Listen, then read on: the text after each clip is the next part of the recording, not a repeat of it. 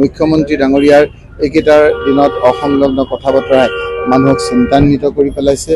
তেওঁ আজি এটা কালি এটা কৈ মানুহক বিভ্ৰান্তিৰ সৃষ্টি কৰিছে। মানুহে বিশ্বাস কৰিবলৈ লৈছে যে মুখ্যমন্ত্ৰী ডাঙৰীয়াই কিবা এটা লুকুৱাবলৈ বিচাৰিছে আৰু এই কাৰণেই আজি মানুহ অস্থিৰ হৈ গৈছে।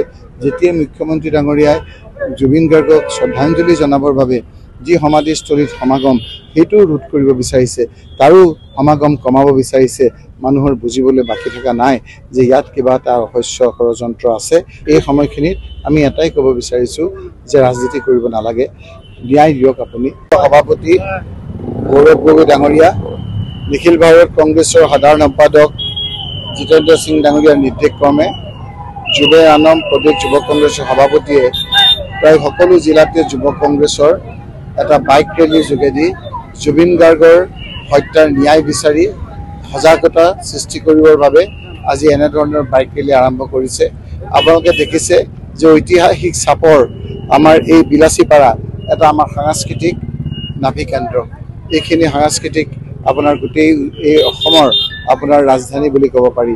প্ৰতিভা পাণ্ডেকে আদি কৰি আপোনাৰ বিভিন্ন আমাৰ উজ্জ্বল নক্ষত্ৰসমূহৰ ইয়াত আপোনাৰ জন্মস্থান।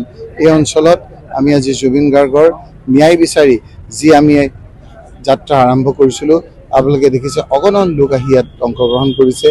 আমি দেখিছোঁ যে কেৱল কংগ্ৰেছৰ লোকেই নহয়, দোকান পোহাৰ বিভিন্ন ক্ষেত্ৰত বন্ধ কৰিও আমাৰ লগত সহযোগ কৰিছে। মুখ্যমন্ত্ৰী ডাঙৰীয়াৰ এইকেইটাৰ দিনত অসংলগ্ন কথা বতৰাই মানুহক চিন্তান্বিত কৰি পেলাইছে। তেওঁ আজি এটা কালি এটা কৈ মানুহক বিভ্ৰান্তিৰ সৃষ্টি কৰিছে আৰু সেইকাৰণে মানুহে বিশ্বাস কৰিবলৈ লৈছে যে মুখ্যমন্ত্ৰী ডাঙৰীয়াই কিবা এটা লুকুৱাবলৈ বিচাৰিছে আৰু এই কাৰণেই আজি মানুহ অস্থিৰ হৈ গৈছে। যেতিয়া মুখ্যমন্ত্ৰী ডাঙৰীয়াই জুবিন গাৰ্গক শ্ৰদ্ধাঞ্জলি জনাবৰ বাবে যি সমাধিস্থলীত সমাগম সেইটো ৰোধ কৰিব বিচাৰিছে, তাৰো সমাগম কমাব বিচাৰিছে, মানুহৰ বুজিবলৈ বাকী থকা নাই যে ইয়াত কিবা এটা ৰহস্য ষড়যন্ত্ৰ আছে, যাৰ কাৰণে মুখ্যমন্ত্ৰী ডাঙৰীয়াই এই সমাধিস্থলত যোৱাটো সাধাৰণ ৰাইজৰ আমাৰ নামতীসকল বিভিন্ন ধৰণৰ ধৰ্মপ্ৰাণ লোকসকলে তাত গৈ যি এটা তেখেতৰ প্ৰতি শ্ৰদ্ধাঞ্জলি জনাইছিল তাতো বাধা দিছে।